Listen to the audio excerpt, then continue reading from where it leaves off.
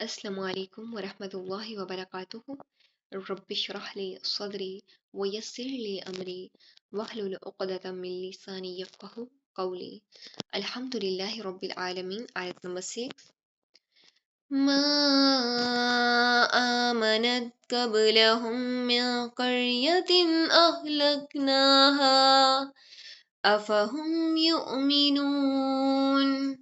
ان سے پہلے جتنی بستیاں ہم نے اجاڑی سب ایمان سے خالی تھیں، تو کیا اب یہ ایمان لائیں گے؟ کفار مکہ کو تنبیہ کی گئی کہ وہ مسلسل نبی صلی اللہ علیہ وآلہ وسلم سے معجزات کا مطالبہ کرتے اور حق کو جھٹلاتے تھے۔ حالانکہ ان سے پہلے قوم نوح، عاد، سمود اور فرعون جیسے لوگوں نے بھی واضح نشانیاں دیکھنے کے باوجود ایمان قبول نہیں کیا تھا۔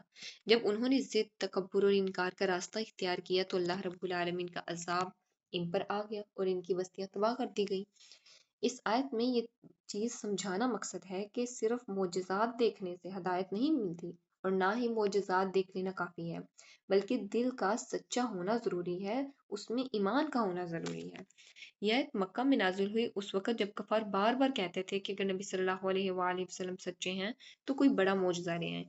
چنانچہ اللہ رب العالمین فرماتے ہیں کہ پہلے لوگ بھی تو یہی مطالبہ کرتے تھے معجزہ کا، لیکن معجزات دیکھنے کے باوجود وہ ایمان نہیں لے کے آئے۔ آیت نمبر 7 وَمَا أَرْسَلْنَا قَبْلَكَ إِلَّا رِجَالًا نُوحِي إِلَيْهِمْ فَاسْأَلُوا أَهْلَ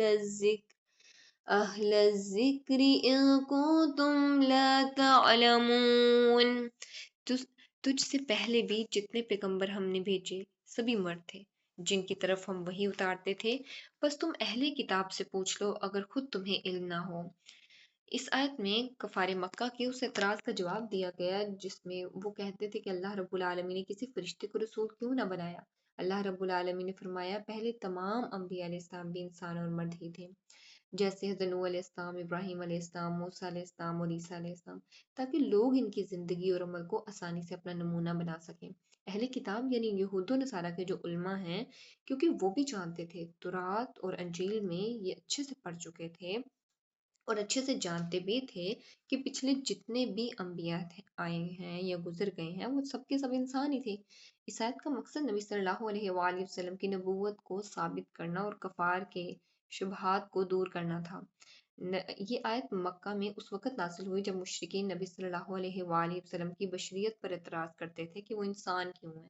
وہ کہتے تھے کہ انسان رسول کیسے ہو سکتا ہے۔ اب اللہ تعالیٰ نیکسٹ فرماتے ہیں آیت نمبر 1 میں وَمَا جَعَلْنَاهُمْ جَسَدًا لَا يَأْكُلُونَ الطَّعَامَ وَمَا كَانُوا خَالِدِينَ۔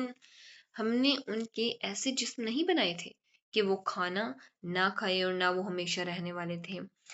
اس آیت میں کفار مکہ کے ایک اور اعتراض کا اللہ رب العالمین جواب دے رہے ہیں۔ نبی صلی اللہ علیہ وآلہ وسلم کے بارے میں کہتے تھے کہ یہ کیسے رسول ہیں کہ بازاروں میں بھی چلتے ہیں، کھانا بھی کھاتے ہیں۔ اللہ تعالیٰ فرماتے ہیں کہ پہلے تمام انبیاء علیہ السلام بھی تو انسان تھے، وہ کھاتے پیتے بھی تھے، زندگی گزارتے تھے اور انہوں نے وفات بھی پائی۔ انبیاء کا انسان ہونا اس لیے ضروری تھا تاکہ وہ انسانوں کی عملی رہنمائی کر سکیں اور لوگ ان کی زندگی کو نمونہ بنا سکیں۔ اس آیت کا مقصد یہ سمجھانا تھا کہ نبوت کے لیے فرشتہ ہونا ضروری نہیں، بلکہ اللہ رب العالمین جسے چاہے اپنے پیغام کے لیے منتخب فرما لیتے ہیں۔ یہ آیت مکہ میں اس وقت نازل ہوئی جب مشرکین نبی صلی اللہ علیہ وآلہ وسلم کی بشریت کا بہانہ بنا کر نبوت کا انکار کر رہے تھے کہ ایک نبی کھاتا پیتا کیوں ہے، یا وہ فوت کیوں ہوتا ہے، وہ وفات کیوں پاتا ہے۔ تو یہ اس چیز کو عذر بنا رہے تھے وہ۔ آیت نمبر 9 ثم صدقناهم الوعد فآجيناهم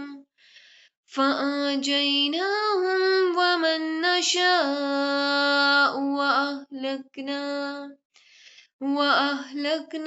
المسرفين۔ پھر ہم نے ان سے کیے ہوئے سب وعدے سچے کیے، انہیں اور جن جن کو ہم نے چاہا نجات عطا فرمائی اور حد سے نکل جانے والوں کو غارت کر دیا۔ اس آیت میں اللہ رب العالمین نے بتایا کہ ہمیشہ حق والوں کی مدد کی گئی اور انبیاء علیہ السلام کو آخرکار کامیابی عطا ہوئی۔ جب قومیں اپنے ظلم، تکبر اور کفر میں حد سے آگے بڑھ گئیں تو اللہ رب العالمین کا عذاب ان پر نازل ہوا، جیسے قوم نوح، عاد، سمود اور فرعون پر آیا۔